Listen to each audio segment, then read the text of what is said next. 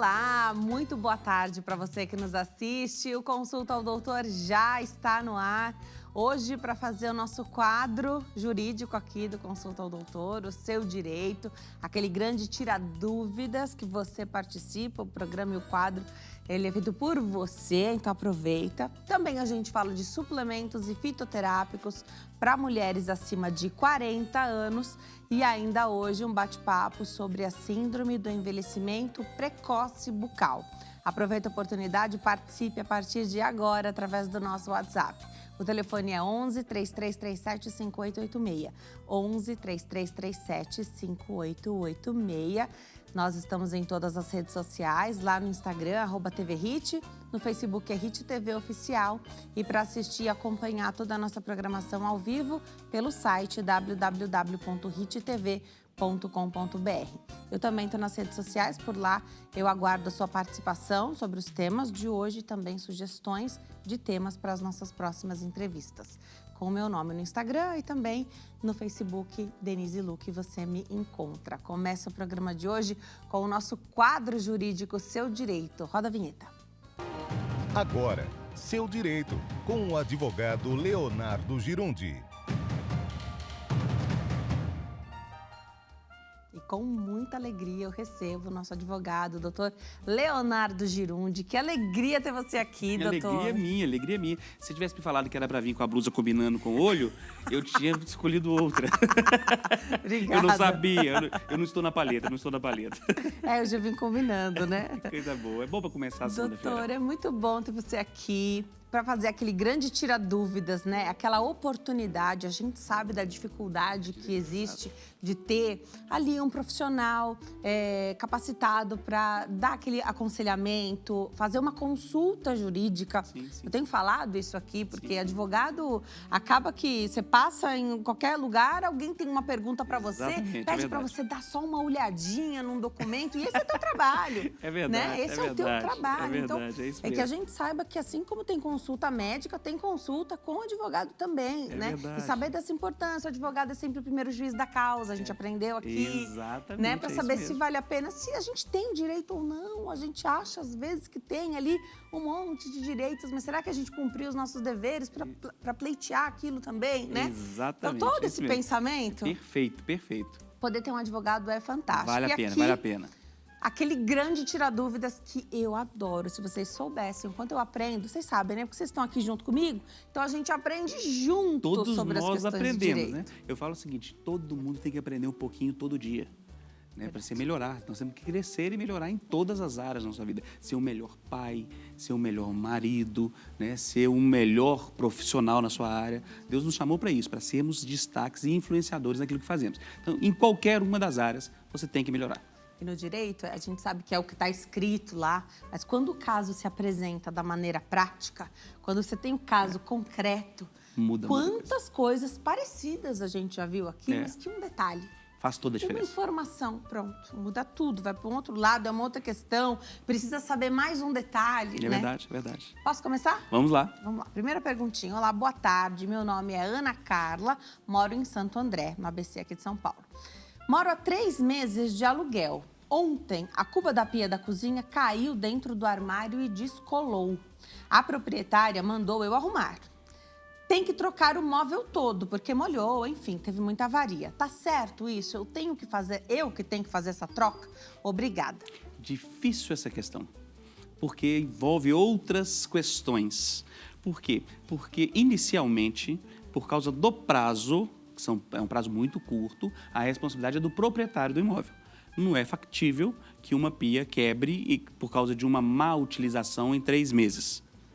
Tá? Então, teoricamente, ali já existia um problema. Quando ela entrou no imóvel, já existia esse problema. Então, quando que é a responsabilidade de quem? Quando é manutenção do imóvel, manutenção da utilização diária, é de quem está usando o imóvel.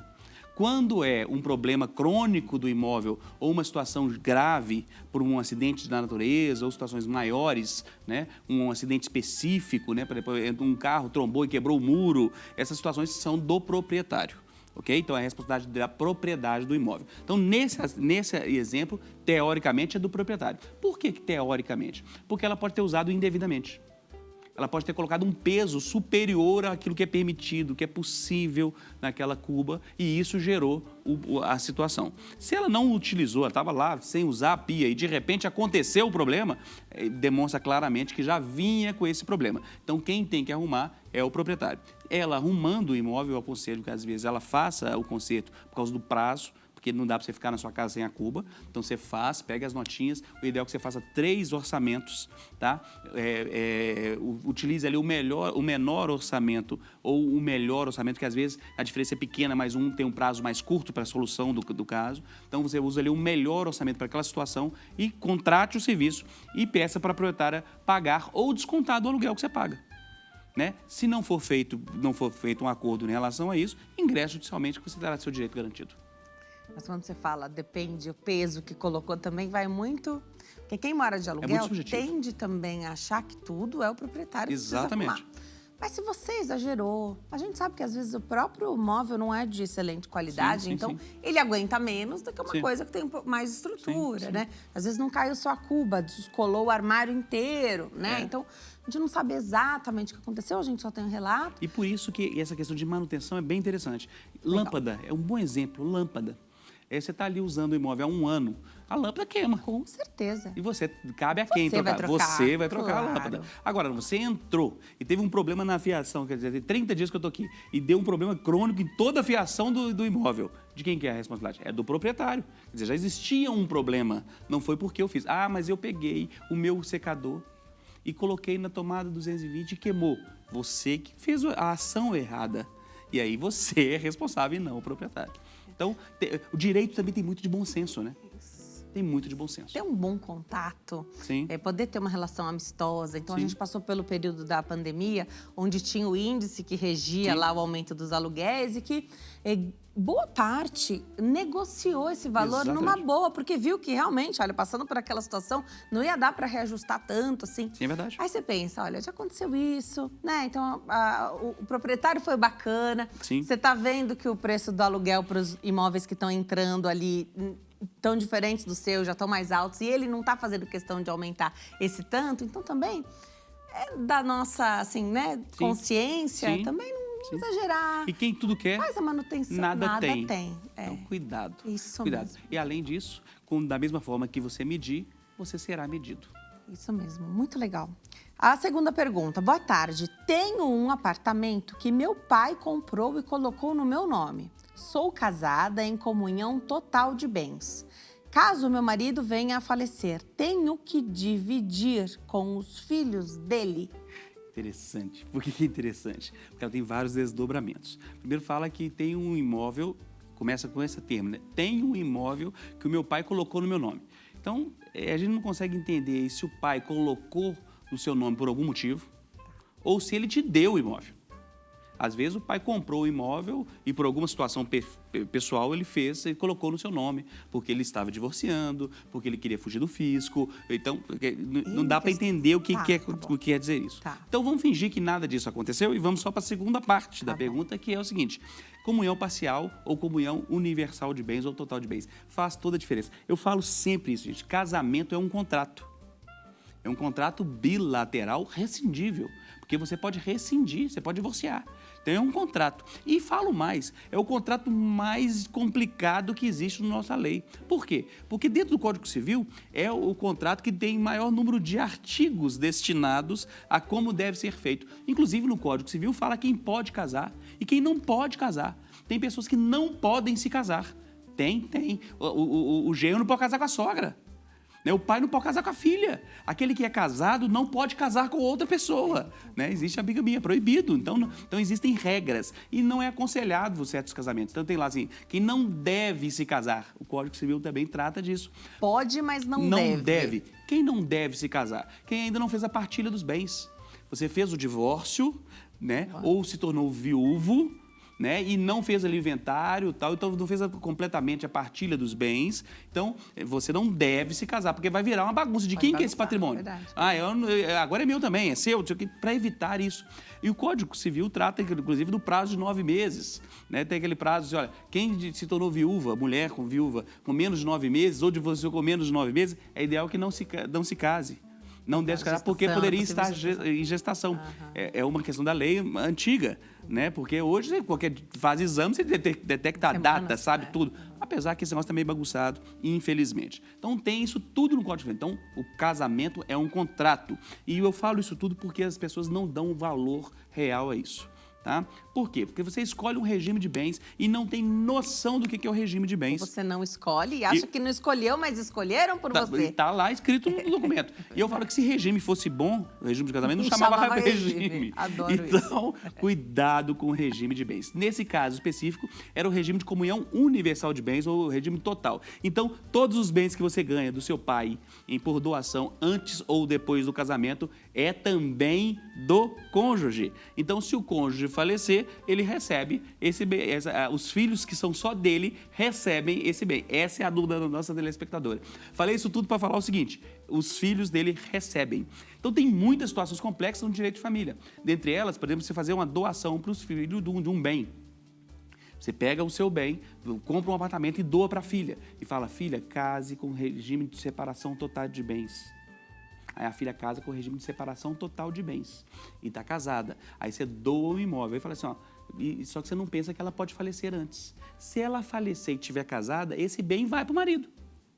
Mesmo com o regime de separação total de bens. Caso de divórcio seria. Por causa de divórcio. Se divorciar, ela fica sozinha com os bens.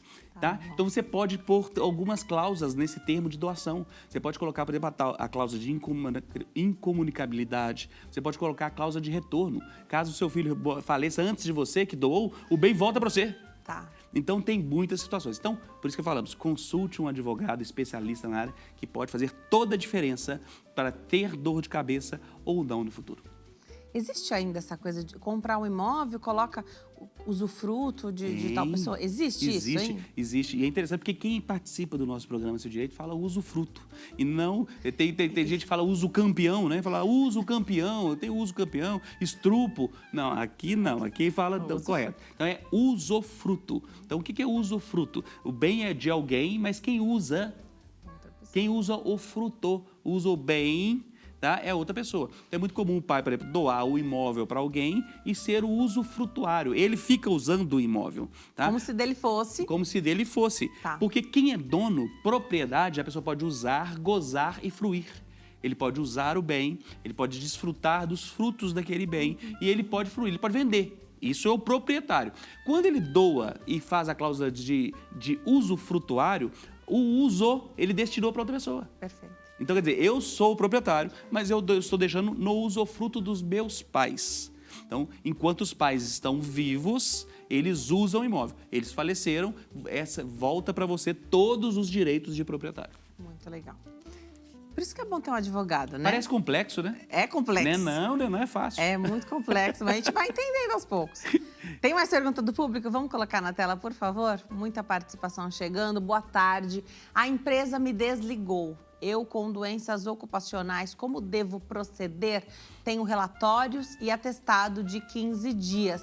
Olha, aqui eu não entendi se ele está em atestado. É a pressão que dá, que permanece com o atestado. Tá. Né? Se ela se desligou, te demitiu no período de estabilidade, se você está com alguma doença ocupacional e está ali com o atestado, você está no período de estabilidade. Então, você não pode ser mandado embora. Você não pode ter o seu contrato rescindido. Então, o que você deve fazer é ingressar judicialmente contra a empresa pode ser condenada a danos morais, ela pode ser condenada à sua reintegração. Eu acho a reintegração sempre complexa. Porque se houve já a rescisão, já não existe ali confiança, mas você pode pedir, eu quero voltar a trabalhar naquele local, então você pode pedir a reintegração, mas no mínimo a indenização. Tem que provar, não basta achar, tem que provar que realmente você estava atestado e que você tem ali realmente a doença ocupacional. E aí a estabilidade é durante o prazo do atestado. Voltou, dia seguinte, primeiro dia que você foi lá depois do atestado, já pode ser demitido. E lembrando que por isso que existe o exame demissional.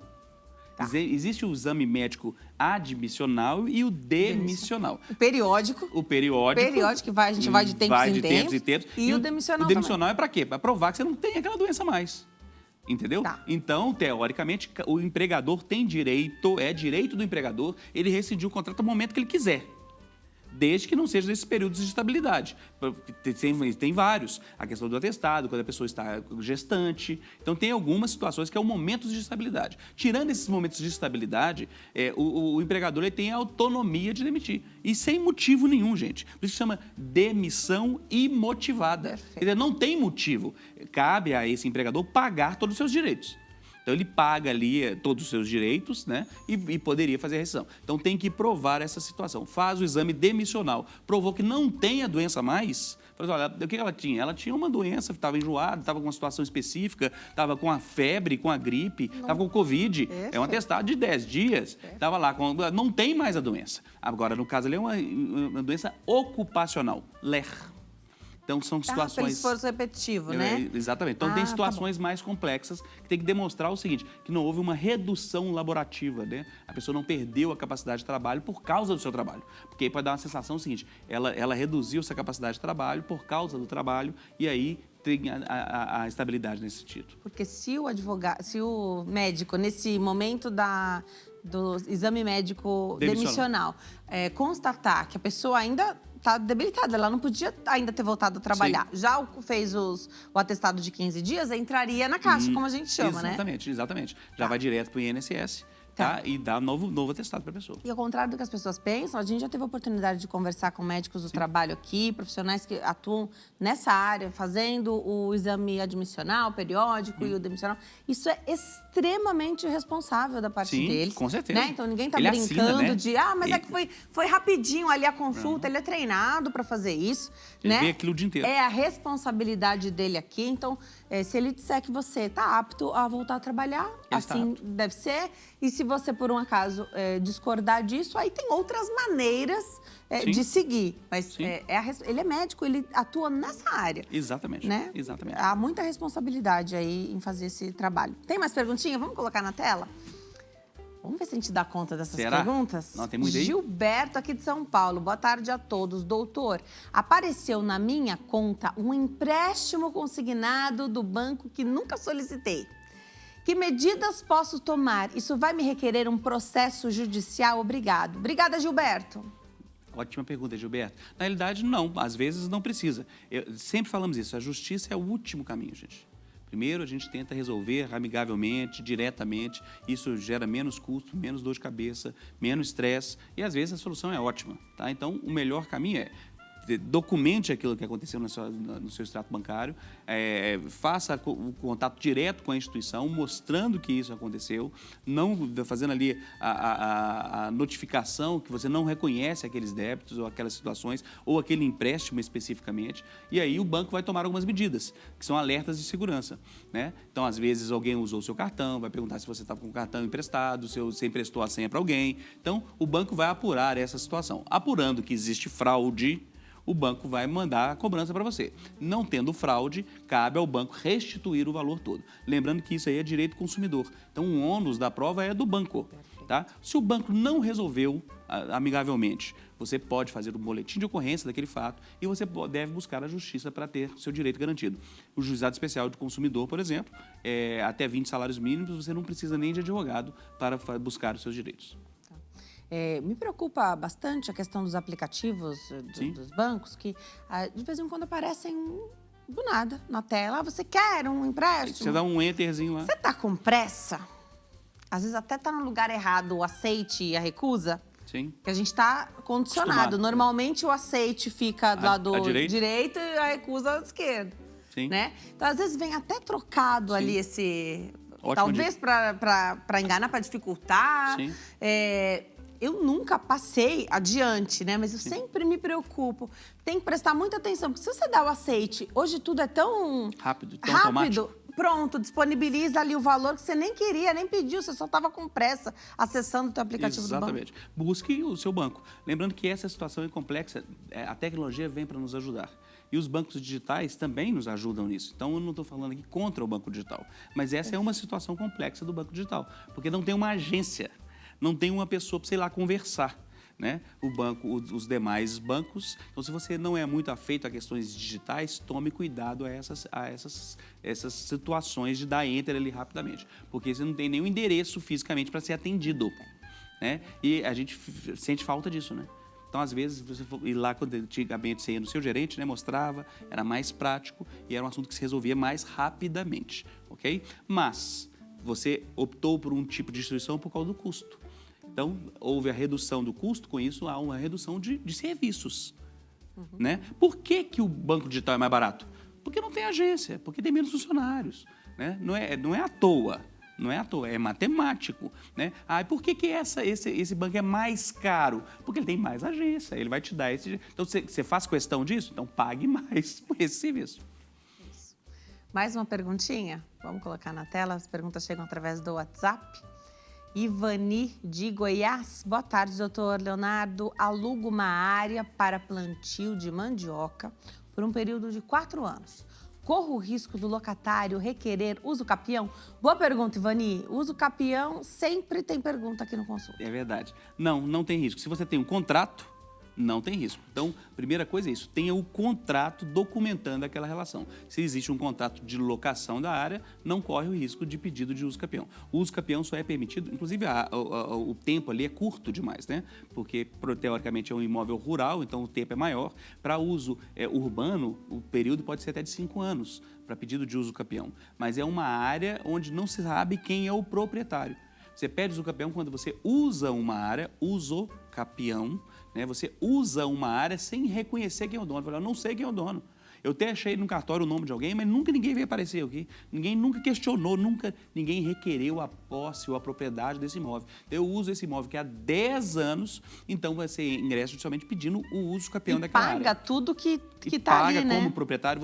Todo mundo acha que você é proprietário e você não é proprietário. Lembrando que não existe uso capião de terra do Estado ou municipal. Tá? Imóveis que são da prefeitura, por exemplo, não existe uso capião. Você usa lá 20 anos, 30 anos, 50 anos e não tem isso. Por quê? Porque existe o benefício que nós chamamos na nossa legislação da res pública ou da república. A coisa, res é coisa no latim. A coisa pública tem prioridade à coisa privada.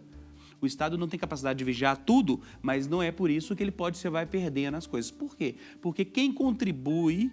E tudo isso é adquirido com os impostos e é mantido com os impostos do cidadão. Então, você imagina, por causa de uma má gestão ou uma má cobrança daquela situação, o Estado vai perdendo o que tem e quem banca isso? É o próprio munícipe, é o próprio aquele que está pagando o imposto. Né? Então, a res pública tem vantagem e prioridade em relação ao particular. E a gente, daqui da área urbana, a gente também já desfez vários mitos, porque tem muita gente que não aluga longamente um imóvel para alguém. Ele vai pensar que ele é dono, vai pedir uso capião. Não tem isso, gente. Não tem contrato, né? E é importante manter relacionamento, né? Então, um contrato de 10 anos, todo ano pode mudar o valor. Aí você manda uma alteração do valor, mantém relacionamento ali de proprietário e locatário. Muito legal. Mais uma perguntinha. 2 perguntas e 2 minutos. Temos um sonho de responder a todos. Catarina, do Ceará. Boa tarde. Eu moro no Ceará. Gostaria de saber se eu tenho direito a receber o seguro DPVAT do meu irmão, que faleceu há 5 meses. Ele era solteiro, não tem filhos, não tem pai nem mãe. Catarina. Então, o irmão dela faleceu... faz 5 meses e ela quer saber sobre o seguro DPVAT. O seguro DPVAT, como os demais seguros, quando não se tem nome, não tem destinação, porque seguro você pode ter uma apólice para alguém. Então você faz eu faço um seguro para o meu irmão. Aí tem um nome da pessoa lá, ele é o beneficiário. Então é um seguro direto para aquela pessoa. Tá? Tirando isso, você pode fazer um seguro, por exemplo, aqueles padrões do seu banco, que estão ali para os beneficiários. Quem são? São os seus herdeiros. É a mesma coisa em relação ao seguro DPVAT, são os seus herdeiros. Então, quem recebe? Os seus filhos e a sua esposa. Na ausência de filhos e esposa, os seus pais. Na ausência de pais, porque você não tem herdeiros necessários. Então, ninguém recebe. Tá? Quem recebe são os herdeiros necessários. Legal. Última perguntinha. Vamos colocar na tela. A gente passa rápido, né? Cissa Leite, aqui de São Paulo. Boa tarde, doutor. Estou com uma causa ganha da empresa e estou só esperando o aval final do juiz. É uma causa trabalhista. Queria saber se precatório entra nesse processo. Obrigada, Cissa. Não entra nesse processo. Precatório é um benefício, um título público. Então, você ganha uma ação contra o município e depois que você ganha a ação, ele pega aquele crédito seu e numera, coloca no precatório para você receber daqui a 5, 10, 15 anos. Então, isso é um crédito precatório.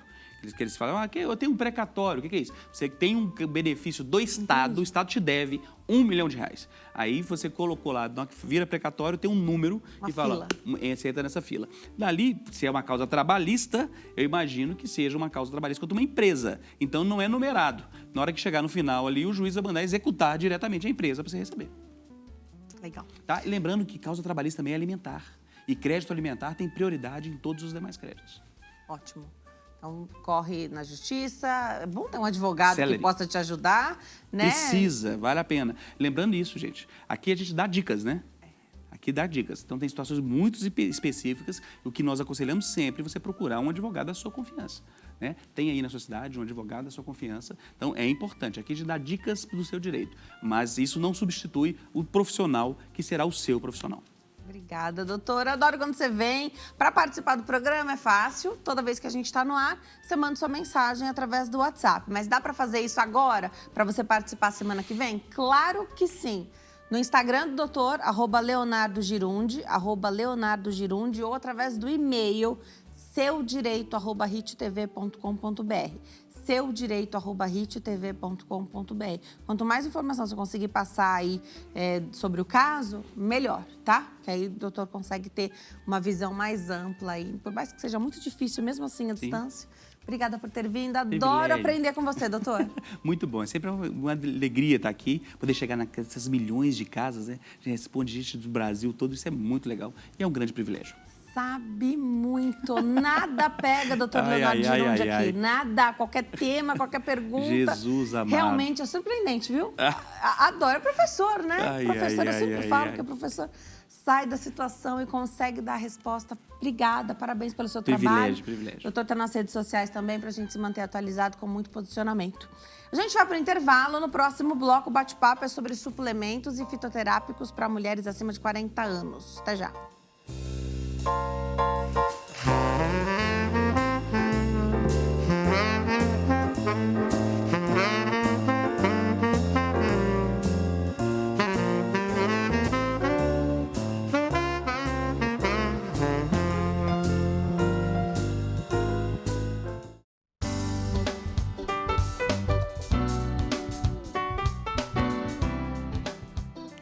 Nós estamos de volta nesse bloco para bater papo e falar da importância sobre suplementos e fitoterápicos para mulheres acima de 40 anos.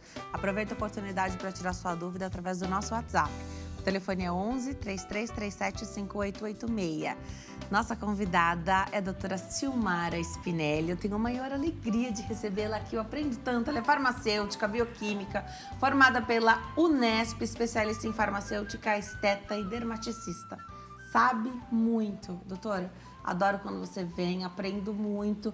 Tiro várias dúvidas pessoais também com você. Você sabe, né? Sim. Doutora, eu tô com uma questão aqui, uma mancha, uma coisa. Doutora, sabe muito. Obrigada por estar aqui hoje, por sempre atender a nossa solicitação. Tá voando, doutora. Tô adorando ter você aqui. Eu que agradeço estar aqui com você. Sempre bom, você interage bastante com a gente consegue esclarecer muitas dúvidas. Isso é muito bom, né? Isso é muito importante, né? E hoje falar de suplemento e fitoterápico para mulheres acima de 40 anos, pensar que uma época, num tempo atrás, fazer 40 anos, significava já um processo mais acelerado de envelhecimento. Sim. Né? Hoje não, 40 anos hoje não representam os 40 anos do passado, né? Não representa nem de longe, né? Hoje mesmo eu atendi na farmácia uma pessoa com 44 que está querendo engravidar. Maravilha. Olha que bacana. Eu achei muito legal. Né? Então, assim, é muito diferente. Quando você imaginar isso, e não é muito tempo se a gente pensar, né? Atrás, é 50, 60 anos atrás, menos até, né? Então, assim, mudou muito, né, tudo. Que perspectiva linda, né, isso. Tá rodando aí nas redes sociais um programa de TV, um programa de auditório que recebia mulheres ali, né? E elas falam a idade, elas têm 19, 18, 20, 23 e com a aparência mais envelhecida do que a gente vê as meninas hoje com essa idade, né? Sim. Então, assim, muita coisa mudou, sei lá, nos últimos 40, 50 anos mesmo, né? Então, o que esperar e como está a nossa rotina? Você falou dessa moça com 44 buscando a gestação. A gente faz 40 anos hoje com filhos pequenos ou ainda com desejo de engravidar. Então, a nossa energia tem que estar diferente também. A gente está no auge da carreira com 40 anos. No auge da carreira. Eu acho que a mulher trabalhando trouxe uma outra dinâmica, né? Saindo para trabalhar. E eu acho que os cuidados, atividade física, eu acho que a mulher faz atividade física muito mais do que antes, né? Alimentação, embora a gente tenha muitos contaminantes hoje, mas eu acho que a alimentação mudou, o cuidado mudou, ela se olha mais. Eu acho que até a autoestima fica diferente, né? Então, o que era 40 anos, você estava esperando para ser vó, hoje você está esperando para ser mãe. Isso. Né? Não que você... Tem vários caminhos, aí não tem nada demais em ser vó. Tem umas avós bem bonitas, né? Bem, eu falo que eu não podendo tive curtir, né? Eu não vou ter essa oportunidade, né? Meu filho tem 3 anos, daqui 1 ano e um pouquinho, eu faço 40 também, né? Então, ainda tô na outra fase. Preciso ter muita energia para correr atrás de criança pequena. Sim. Né? Para dar conta, tudo. Escola, lição, a vida social das crianças também. A nossa vida social, né? Sim. Então, como mulher, como profissional, também como mulher casada que eu sou. Então, a gente precisa dessa energia que antes ninguém se preocupava, né? Hoje a gente não deixa passar. A gente tem cuidado melhor da saúde, mas ainda muita gente buscando só remediar quando a situação já aconteceu. Buscando um suporte em saúde, não para prevenção como é o ideal. E aqui o que a gente vai falar hoje é basicamente a prevenção, né? É antes da situação acontecer. Se a gente pudesse pensar em... Muito se fala de suplemento hoje, né? Se você faz atividade física, tem algum, sei lá, tem um protocolozinho, um roteirinho ali de suplementos que você pode lançar mão. Se você não faz também, aí você faz um jejum intermitente. Tem o que você pode usar de manhã que não quebra o jejum metabólico. Sim. Né? Então, tem muita coisa que dá pra gente usar. E assim, hoje tem muitos estudos, então assim, a gente precisa tomar um pouco de cuidado com algumas coisas. Gente a favor do jejum, gente contra, né? Tem tudo. É verdade. E eu acho que tem mais do que ter gente a favor ou ter gente contra, é o que a gente escolhe. Né? E o que a gente o que funciona pra gente, exatamente, porque nós somos únicos. Né? Deus criou cada um, é único. Né? Por mais que a gente coloque regras para várias pessoas, nós somos únicos. Então, a gente tem que saber também olhar tudo, distinguir e fazer as escolhas. Né? O que é bom para você e o que não é. E vitaminas e minerais, com a vida corrida que a gente tem, a chance é muito grande da gente perder coisas que são importantes. Sim. Principalmente nessa fase, né? Então, eu acho que, assim, um bom acompanhamento médico, mas o que é importante? Atividade física. E atividade física não precisa ser assim, eu vou malhar, vou para musculação. Não, caminhadas, 20 minutos, subir escada e descer escada. Então, assim, atividade física muda muito, tá? A questão da... Eu estava ouvindo algumas coisas hoje, que a gente fala muito de reposição hormonal, e assim, a gente olha muito ao redor e percebe algumas coisas. Para algumas pessoas funciona muito bem, para outras não. Então, assim, estava ouvindo alguns médicos falar que, assim, a atividade física vai fazer a diferença. Então, as suas escolhas que você fez, a tua alimentação, a tua atividade física, vai dizer se a reposição hormonal vai responder do jeito que tem que responder, entendeu? Então, assim, as outras escolhas também vão interferir na reposição hormonal, não é mágico, né? Eu vou fazer a reposição hormonal e não vou ter nenhum tipo de problema. Muito pelo contrário, pode ser que ela não funcione ou pode ser que ela não funcione bem para você, né? Você falou da atividade física e eu gosto muito do teu posicionamento sobre não ser 8 ou 80. Sim. Encontrar esse caminho do meio, porque não é fácil encontrar esse equilíbrio, esse tempo. Tempo sempre tem, né? Quanto menos tempo a gente tem, mais tempo a gente tem para fazer as coisas que são a nossa prioridade. Atividade física, para quem não tem isso assim no sangue, que adora, e eu não tenho isso, é difícil colocar na rotina. E aí você fala assim, os médicos falam, a OMS recomenda, então, para sair do sedentarismo, que é o que a gente quer, né? 150 minutos por semana. Sim. É muito? Não é. Mas você tem 0 hoje. Se você não conseguir fazer esses 150 minutos, é melhor os 50 minutos que você vai conseguir do que o 0 que você tem hoje. Exatamente isso. E aí, colocam a gente numa caixinha assim, 150 é pouco, claro que você consegue, mas tá difícil. E se você o que você conseguir é melhor do que nada. O corpo já vai sentir. Para quem tem 0, gente, é fácil de pensar. Qualquer coisa vai ser bem-vindo. Eu acho que a gente encara as coisas, são recomendações. O ideal é isso. Tá? Não significa... a gente está atrás do ideal, né? Quem compete também está sempre atrás de vencer aquele limite. Isso. A gente pode estar atrás de conseguir os 150 minutos, mas você começa de 10, 15, 20, entendeu? Do que você conseguir. Esses dias eu vi uma endócrino falando sobre, né, fazer atividade física, que ela está fazendo. E aí eu imaginei, tá fazendo 150. Ela vai falar, em algum momento do texto ela vai falar que superou 150. E ela admitiu que não. Que ainda não conseguiu fazer 150 minutos por semana. Achei tão legal, porque ela já falou tantos benefícios, já faz meses que ela tá nessa empreitada. Sim. Né? Não, poxa, tá vendo? Mesmo que você não faz 150 minutos, para você o benefício pode ser grande desse início, né? Colocar isso na rotina e encontrar aquilo também que a gente gosta de fazer, né? Eu acho que é o mais difícil. Musculação é extremamente importante, as mulheres acima de 40 é extremamente importante. Eu comecei a atividade física acima dos 40. Comecei com 2 vezes por semana personal. Mas isso é muito bom, você vai acostumando. Então você vai melhorando tônus.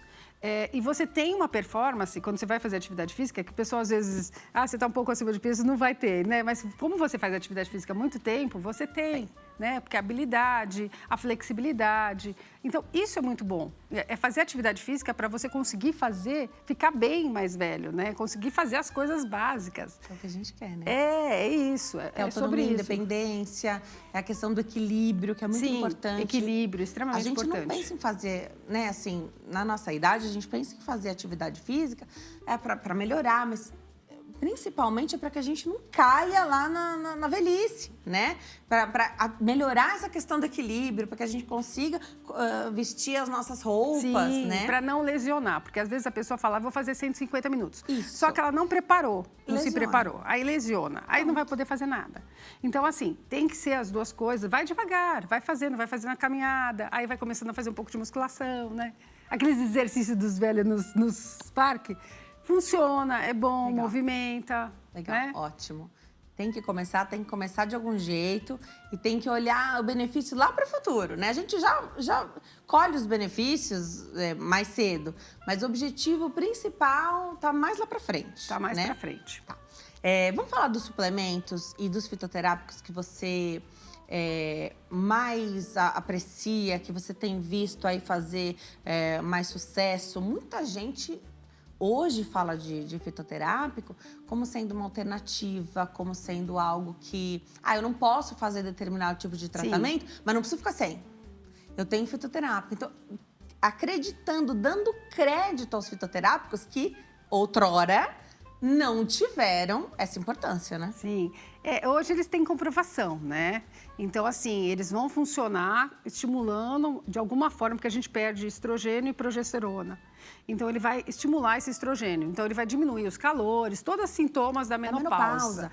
Então, aí você tem simicifuga, isoflavona, você tem o Vitex, você tem vários aí o óleo de prímula, que é tão bom e é um negócio, assim, que você está suplementando óleos, né? Então, ele vai ajudar na saúde cardiovascular. Eu tenho ouvido bastante sobre óleo de prímula. Ele é excelente. Especificamente essas semanas. Ele serve tanto para TPM, a gente já está falando de mulheres no mês da mulher, né? Sim. Tanto para mulheres jovens, TPM, tensão pré-menstrual, no climatério, que é quando você está entrando a caminho da menopausa, e também quando a mulher está na menopausa. Então, é um suplemento que serve em todas as fases da vida da mulher. Legal.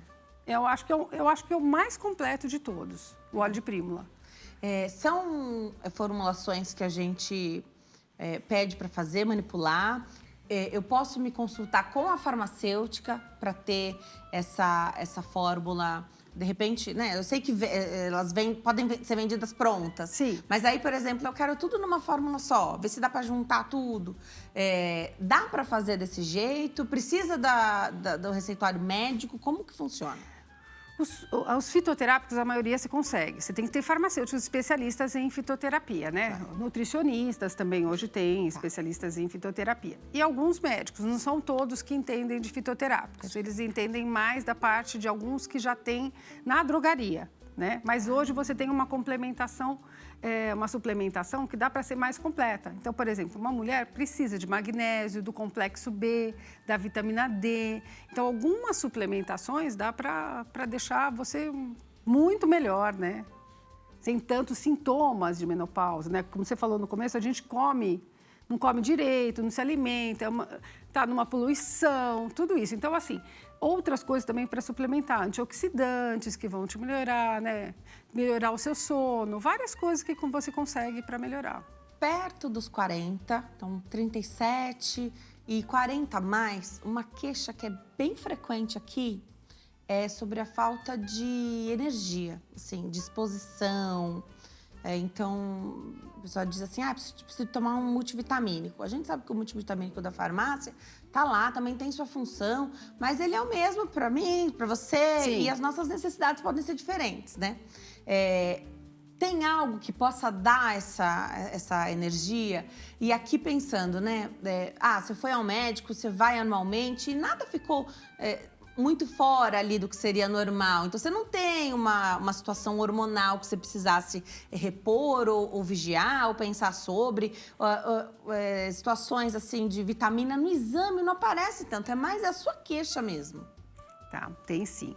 Tem como hoje a gente tem um fitoterápico que eu gosto muito, que muita gente gosta muito, que é a Ashwagandha e a rhodiola rosa. Eles são chamados de adaptogênicos. Então, eles melhoram o nosso organismo sob situação de estresse. Então, assim, antigamente não tinha comprovação científica, hoje tem. Então, ele baixa todos os índices que tem de estresse, que são medidos, ele consegue baixar. Tá? Então, ele dá uma organizada no organismo como um todo. Porque, assim, adaptogênico, você fala, o que ele está fazendo, né? Eu, como farmacêutica bioquímica, era uma dúvida minha antiga. Aonde que ele age? Não, ele age no organismo como um todo. E são plantas, assim, são fitoterápicos indianos, já muito usados por milênios. Né? Exatamente. Tem uma coisa da Ayurveda. Tem. Que vai reequilibrar o seu organismo como um todo. Porque tem uma falência do organismo, assim, do cansaço, do estresse, que a gente está sempre muito, né, exausto do dia a dia. É uma carga que a gente, principalmente em São Paulo, eu acho, né? Porque a gente acorda cedo e não consegue dormir cedo, né?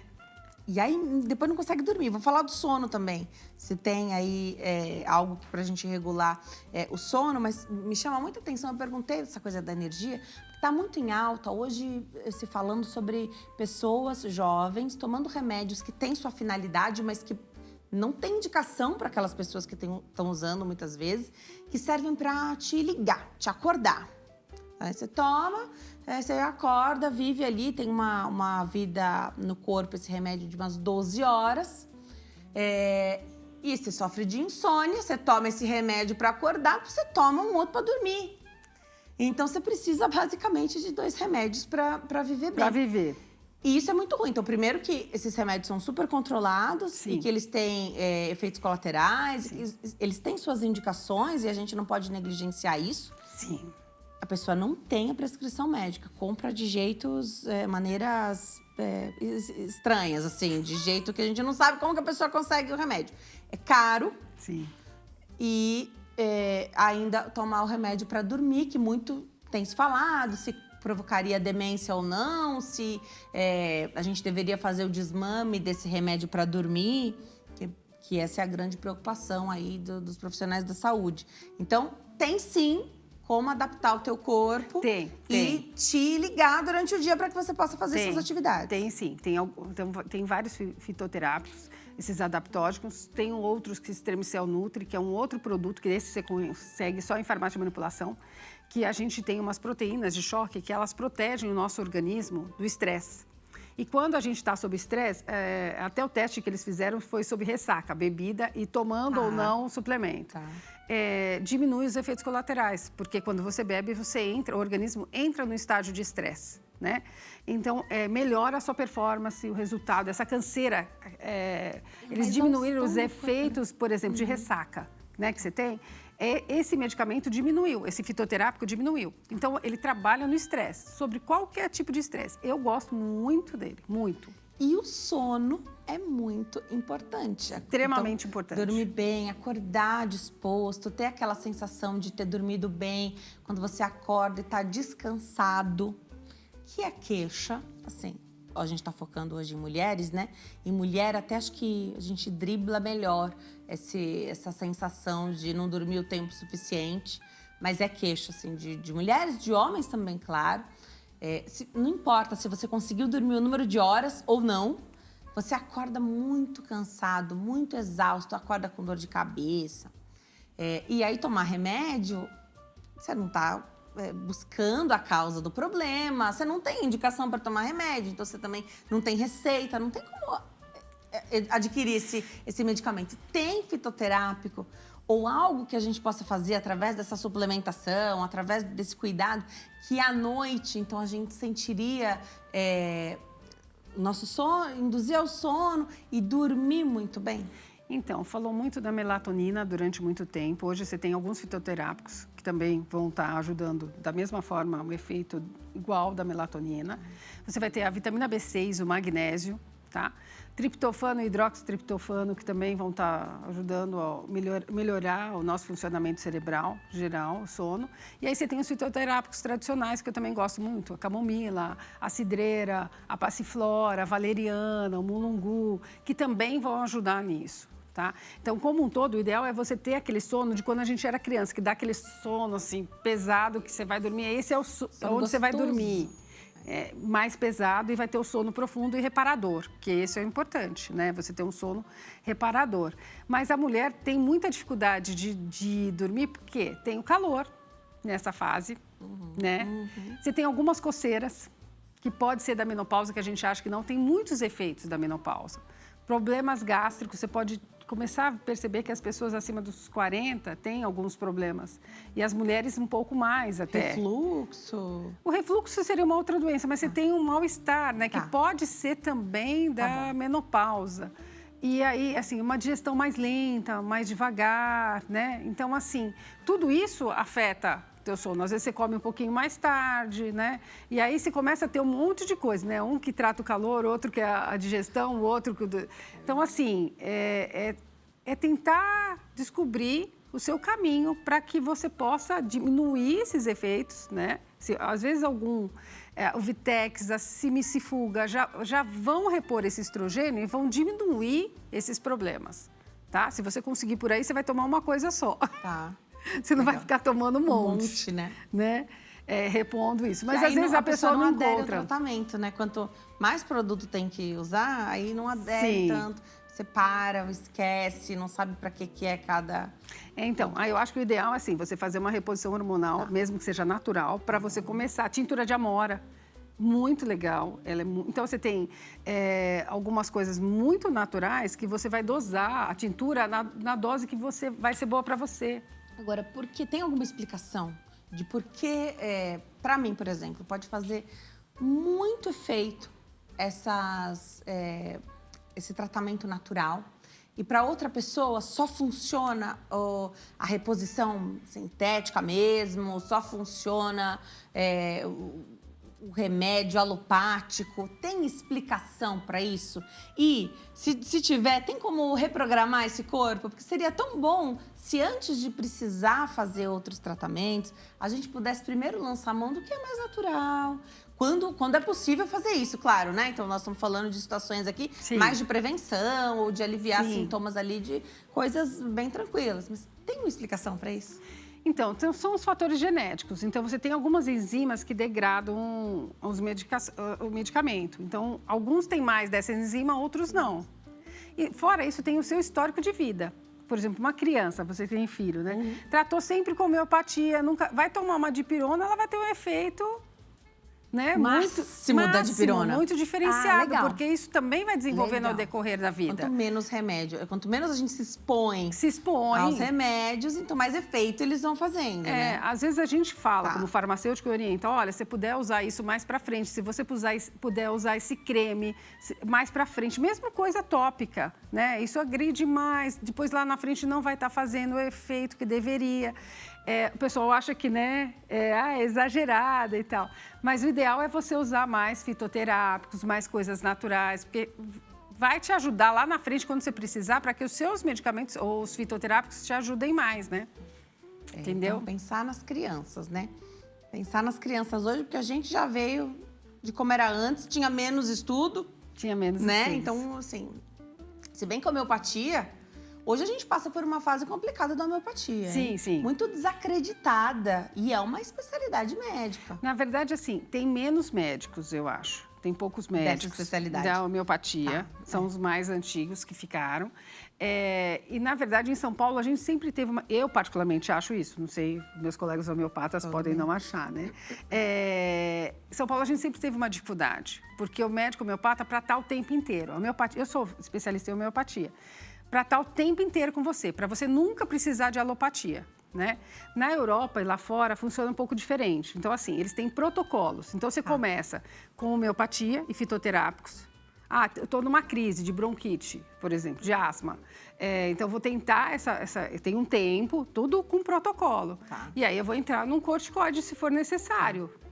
Aqui, às vezes, a homeopatia é um pouco mais radical, não quer, mas você pode não querer. Eu conheci médicos que usavam só homeopatia até em casos graves. Mas o médico tem que estar muito disponível. E tem que estar 24 horas do dia disponível, entendeu? E aí você tem que ter farmácias disponíveis para fazer o medicamento naquela hora, naquele momento, para agir, entendeu? Entendi. E aí, em São Paulo, sempre foi muito difícil. Até conversei com uma pessoa, uma baiana hoje, que na Bahia teve uma das melhores homeopatas do Brasil. Mas ela estava muito disponível 24 horas por dia. Entendeu? Então é diferente. É difícil isso, né? Muito difícil. Muito difícil. Aqui tudo longe, né? Já é difícil, às vezes, você ter o contato com o pediatra, que dirá com o homeopata, né? Para estar ali, ver, ó, tem que confiar. Você tem que confiar 100% para fazer uma coisa dessa, né? Ah, tá numa crise ali. Sim. O mais fácil... E talvez o que te dê ali um maior conforto é buscar o remédio da farmácia. Maior segurança, porque daí talvez você tenha que ter um profissional adequado para saber até que momento você pode ir. esperar. É. Então tem que ter muita confiança. Sim. Né? Tem que ter muita confiança. Com criança é bem complicado. Eu E tive aí, meu filho tinha bronquite. Eu tratei muito com homeopatia. Minha mãe me levava no pediatra que era homeopata e a gente tratava quando precisava. Tinha situações, aí sim, tomava a alopatia, o remédio que tinha que tomar. Mas assim, muito equilibrado. E minha mãe dá bastante mérito para a homeopatia, para as questões que eu precisei. E hoje realmente é mais difícil, tem menos médico. E aí, quando eu vejo um desmerecimento e um descrédito, assim, eu fico muito triste. Muito triste. Não, dá muito resultado, funciona muito. Eu acho que hoje tem comprovação para várias coisas, igual a acupuntura. É claro que precisa estar muito preparado, o médico tem que estar muito disponível. O mundo hoje é outro, né? É verdade, é verdade. Bom, você tem que voltar, né, doutora? Venha sempre, o tempo sempre é curto com você aqui. Eu vou deixar os contatos da doutora, você segue ela lá nas redes sociais, tem novidade dela também, tá com podcast, tá maravilhosa. Podcast. @Silmara Spinelli, lá no Instagram, @Silmara Spinelli. Tem o site que é emporiomagistral.com.br, emporiomagistral.com.br. Doutora, obrigada por ter vindo. Obrigada a você. Adoro quando você vem, aprendo muito. Obrigada. Como sempre, já vamos marcar a próxima, assunto não falta. A gente vai para o intervalo no próximo bloco, Síndrome do Envelhecimento Precoce Bucal. Tô te esperando, até já.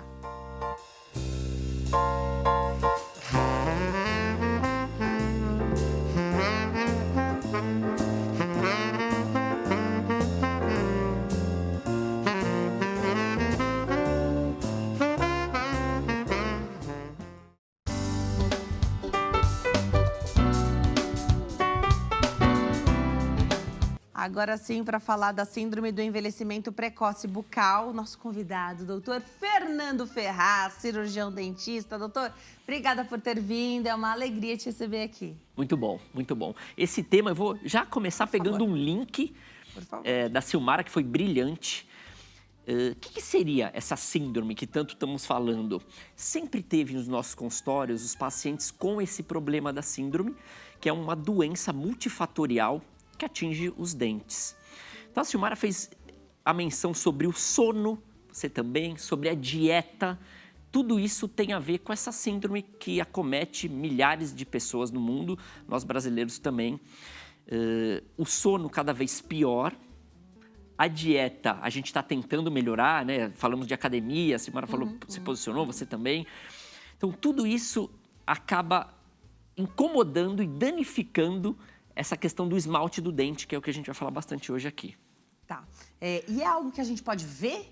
Então, é uma queixa que só o dentista vê ou a própria pessoa vê? Porque você fala de envelhecimento precoce bucal, a primeira coisa que eu, como leiga, imagino do envelhecimento bucal é a perda da altura do dente. Então, a nossa estrutura antes ficava assim, mais recheada de dente, depois com desgaste, bruxismo, apertamento, enfim, você vai perdendo essa altura. Aí o pessoal vai buscar questões estéticas, né? Preenchimento e tal. O problema tá nos dentes mesmo.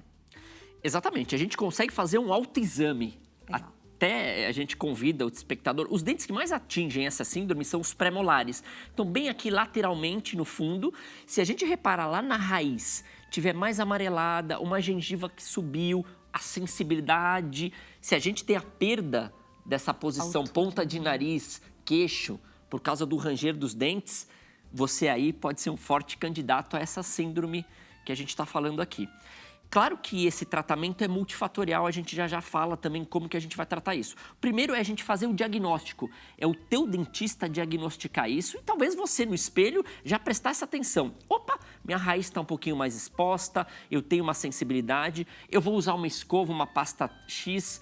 Não, primeiro a gente vai para uma boa avaliação de um profissional para identificar se tem ou não essa síndrome, essa doença localizada. Tá. Então, a avaliação é muito importante. Ela se dá na primeira consulta com o profissional. Vocês têm feito isso, né? A gente chama tanto de avaliação, o leigo, que vocês também têm usado esse termo, né?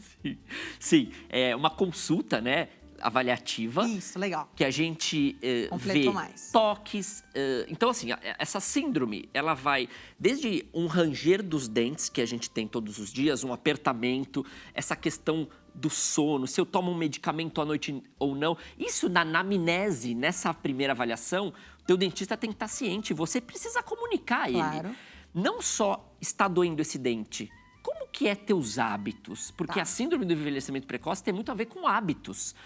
Faço uma academia, como que é meu dia a dia? Trabalho na TV, tenho muito estresse, fico sentado na frente do computador. Tudo isso na anamnese, nessa primeira consulta, precisa ser falado, comunicado. Porque aí a gente consegue identificar os fatores de risco se tem ou não essa síndrome. Vamos além. Eu até estava fazendo stories antes de vir aqui. Um dado bem importante, um nadador, por exemplo. Então, até atletas e pessoas de academia podem ter essa síndrome. Então, a gente não está falando só de pessoas que não escovam o dente, dessa questão da placa bacteriana, não é isso, né? Não é só isso. Então, alguém que frequenta piscinas 3 vezes, 4 vezes por semana, esse cloro da piscina, por exemplo, é muito ácido, que causa essa acidez exacerbada do dente, provocando uma síndrome de envelhecimento precoce. Eu tenho 40 anos. Será que minha boca tem a idade de 40 anos? Se eu tomo muito energético, se eu exacerbo nas bebidas ácidas, se eu sou um nadador, se eu faço academia todo dia, é difícil, né? Porque a gente indica academia e aí vem um dentista falando que a gente tem que tomar certos cuidados. Eu preciso tomar essa atenção.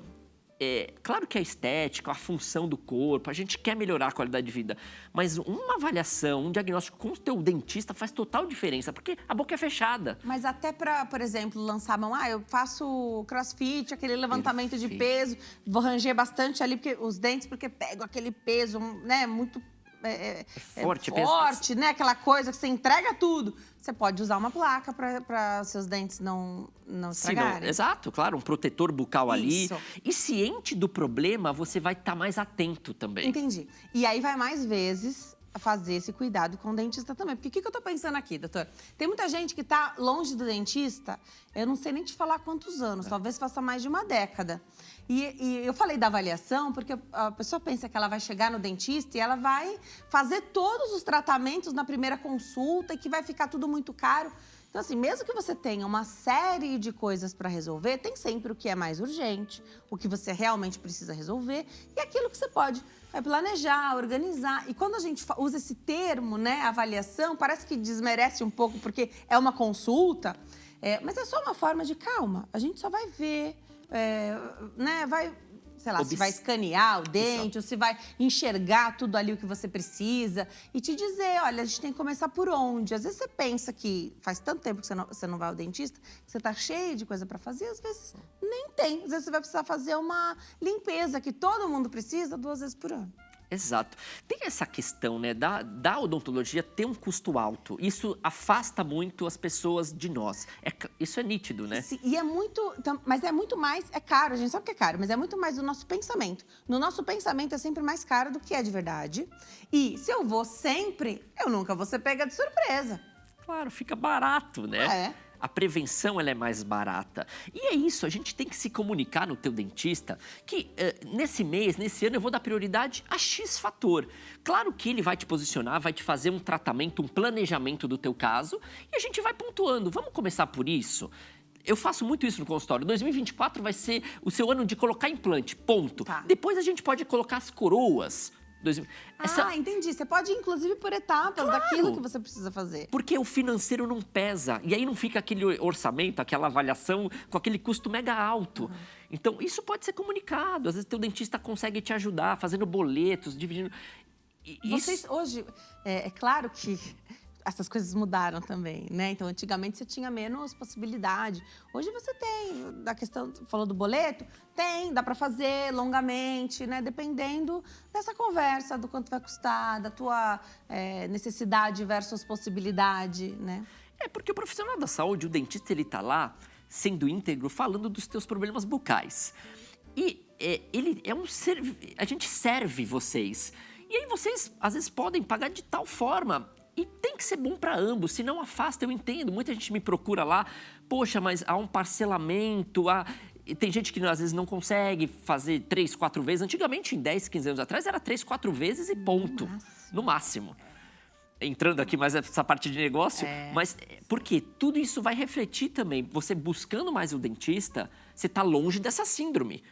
Então, a gente está refletindo algo financeiro que vai muito além dessa preocupação, dessa prevenção, desse cuidado. Você falou de hábitos, né? Você falou da piscina, o cloro, dependendo do tipo de bebida que você toma. A gente já falou aqui em determinada situação, erosão ácida. Perfeito.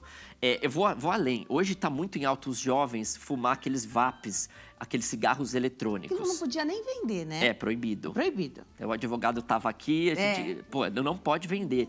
Então, aquilo com uma pessoa com 16, 18 anos começa a ter uma boca já envelhecida por causa de cigarros eletrônicos, vamos dar esse exemplo. Começa a ter uma boca envelhecida porque, às vezes, as bebidas ácidas e o álcool entram mais nesse ser humano ali do que deveria. Então, o cigarro já envelhece a boca?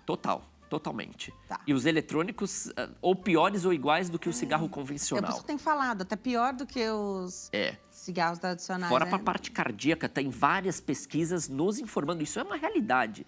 Isso é uma pesquisa que é 10 anos, você diminui sua expectativa de vida em 10 anos se você fumar os eletrônicos todo dia. E acaba sendo um hábito, um vício nocivo. É legal a gente dar esse alerta para o jovem, porque no momento ali é legal. Às vezes, quem não teve 20 anos, 18, 16, mas o custo vai ser alto da sua saúde e dos teus dentes. É legal e dos pais ficarem atentos também, porque, assim, pai e mãe ocupam um lugar de autoridade, né? Se pode ou não pode. Se não pode, não pode, acabou. Na minha casa era assim, né? Não pode. Aí, não, mãe, mas esse sabor de tal, não pode. Que os pais também possam saber para colocar esse freio, porque aquilo que não tá dentro da nossa casa, você dificulta o acesso e a manutenção daquilo, né? Verdade. Tem, às vezes, os arguilhas, né? Hoje tem muitas questões. Na nossa época, acho que não tinha tanto. Era mais o cigarro convencional ali. Graças a Deus não tinha essa variedade que tem hoje. E hoje, assim, já vem o produto, você falou desses cigarros eletrônicos, e já vem mostrando o mal que eles fazem. E já vem a proibição. E mesmo assim, tem um em cada esquina. É perigosíssimo. Falando um pouquinho dessa questão gástrica, vamos voltar um pouquinho da síndrome ali? Também tem tudo a ver com a boca. Tem. Então, assim, uma doença gastroesofágica, um refluxo, por exemplo, vai criar essa erosão ácida, porque esse refluxo, ele sobe essa acidez para trás do teu esmalte, somente dos teus anteriores ali, e ali, com um espelhinho clínico, um escaneamento, a gente consegue identificar que esse paciente teve uma bulimia, por exemplo, teve uma anorexia, teve ou tem um refluxo, a gente consegue diagnosticar refluxo, nós dentistas conseguimos diagnosticar pela imagem que o esmalte nos mostra. O ranger dos dentes, tá tudo relacionado. O sono, a dieta é multifatorial. Vários profissionais precisam tratar essa síndrome também. Né? Porque não adianta eu restaurar, aplicar um laser se há uma sensibilidade no dente, por causa do bruxismo, por exemplo, se ele não está em casa diminuindo a água com limão pela manhã, vou te dar um exemplo, sem o canudo, ou se ele é fã do álcool. Você falou dessa água com limão já aqui da outra vez. Tem gente que não vai ter tanta sensibilidade, mas para algumas pessoas, ou tem que tomar com canudinho ou não vai dar para tomar, né? E tem gente que às vezes nem sensibilidade tem, não tem nenhuma queixa, e quando abre a boca, por isso que é legal o autoexame, você parar aí um minutinho, dar uma olhada, essas raízes estão expostas, se a sua gengiva subiu, tem uma recessão. Porque às vezes não há dor, Denise, mas a doença está lá estabelecida. E isso é perigoso, porque um sinal de alerta de dor é sensacional. É algo nos mostrando que eu preciso procurar. Se você não tem dor. Se eu não tenho, isso vai. Tá. Então, a ida frequente ao dentista, você está falando que essa síndrome não é só da boca, então que tem um acometimento múltiplo, por isso o tratamento também deve vir em todas essas frentes. Perfeito. E que a consequência não é só estética da boca. Ela é funcional também. Então, dente quebrando, várias situações que podem acontecer. Trincas de esmalte. Então, assim, o esmalte não volta, né? Não volta. Nosso esmalte não regenera. Perdeu, acabou. Há algumas pastas que prometem, mas ainda tem que fazer muitos estudos ali para voltar a hidroxiapatita, que é um cristalzinho que está no nosso esmalte. Então, assim, se eu tenho um distúrbio de sono, por exemplo, eu sou um forte candidato a ter esse envelhecimento precoce, porque eu devo apertar os dentes. Se eu tomo uma medicação, vou voltar para cima, se eu tomo uma medicação, um fitoterápico, legal, tá prescrito, mas vai olhar essa parte bucal que a gente às vezes deixa de lado. Legal. Então pode ser que eu esteja tomando algo que tá super me fazendo bem, mas aí a boca não tá legal. Então eu tenho que intensificar alguma coisa de cuidado bucal para que eu possa manter esse equilíbrio. E assim com o medicamento alopático também. Também. Então, o link que a gente faz no programa anterior e esse é muito fácil. Então, aí a gente começa a vir com as determinadas escovas, com as determinadas cremes dentais específicos para cada indivíduo. Então, não aqueles básicos que são terapêuticos. Exato. Então, preciso buscar cremes ideais, teu dentista vai saber pontuar. Tá, doutor, eu tenho essa lesão na minha... Eu acabei de fazer aqui, eu tô assistindo o programa, fui no espelho, acabei de ver a minha retração. Isso dói o gelado, eu tomo um açaí, dói. A gente falou sobre cremes já em outro programa. Funciona? Funciona. Mas às vezes eu preciso vedar essa região, eu preciso de um dentista, pessoal. E às vezes a gente investe 40, 50 reais em cremes dentais. E às vezes uma consulta a cada 6 meses. Se a gente pôr na balança, às vezes só uma limpeza você precisa, só uma orientação. Não sai tão custoso como um creme dental se você comprar todo mês, por exemplo. Tem que desmistificar o custo, ou você achar bom profissional que tenha um custo fácil de você pagar para você ir ao dentista. Acho que esse é o grande lance, né? Da gente sempre reforçar aqui. Vá, mesmo sem dor, vá. Hoje tem as redes sociais, você busca por região, tem YouTube, tem N canais que você pode ir acompanhando esse dentista. Será que eu confio? Quem ele tratou? Tem depoimentos? Acompanhar, vocês têm feito, às vezes, um dia especial para falar de um tratamento, um dia especial para você, de repente, vai lá, conhece a clínica, né? Vai lá ver como é que funciona. Às vezes, só ligar fica muito impessoal. A gente tem que gostar do lugar que a gente vai também, né? Alguém que esteja ali disponível. Eu vi que você foi atender uma emergência esses dias. Fui fazer sábado, né? Uma paciente acabou quebrando ali o dente, 10h30 da noite, eu estava lá fazendo um atendimento. Faz parte. Então, o dentista precisa ser meio que da família, assim. Mesmo. Você tem que se, né? Tem mesmo. Porque você vai precisar dele, criar um advogado, ele precisa ter uma conexão com você. Não dá para você escolher no palitinho, né? Então isso, porque às vezes você vai no mais barato também, e aí às vezes não é o que você quer, nem sempre é. O barato às vezes sai caro. Sai caro, então sempre faça... Você vê, a gente tá falando sobre essa síndrome do envelhecimento precoce, não é cárie, não é sobre placa bacteriana, não é sobre você escovar bem o dente ou não. É outra questão que já tem consultórios, mas hoje a gente está tendo um olhar muito específico. Eu acredito que em uma década ali vai ser o ponto alto dos problemas de consultório. Hoje já é. E em 10 anos isso daí vai crescer muito, por causa do estresse do dia a dia, das trincas e das fraturas. Para acompanhar o doutor, antes da gente falar nessa última parte aqui, @dr.fernandoferraz, @dr.fernandoferraz. O WhatsApp é 11 99818 2291, YouTube @sorrisocast. O doutor já fez contatos aqui pro podcast dele também, já fiquei feliz, eu vou assistir, Legal. Já quero saber. Agora, o doutor tem um trabalho agora que é o Sorriso Social, como que funciona? Perfeito, a gente está com esse projeto Sorriso Social, dia 28 de março agora vai ter uma ação muito incrível. Então você pode participar entrando no Instagram, @Sorriso Social. É um projeto que a gente ajuda moradores de rua, cuidando dessa pessoa que não tem condição. Então a gente, com muito carinho, dia 28 vai estar nas ruas fazendo esse cuidado. Tem a lojinha, você pode fazer doação, entra lá no @Sorriso Social, você pode doar, você pode nos ajudar como um voluntário. O Sorriso Social, se você for recém-formado da odontologia, ela é uma ação do bem da madrugada e somando mais ações.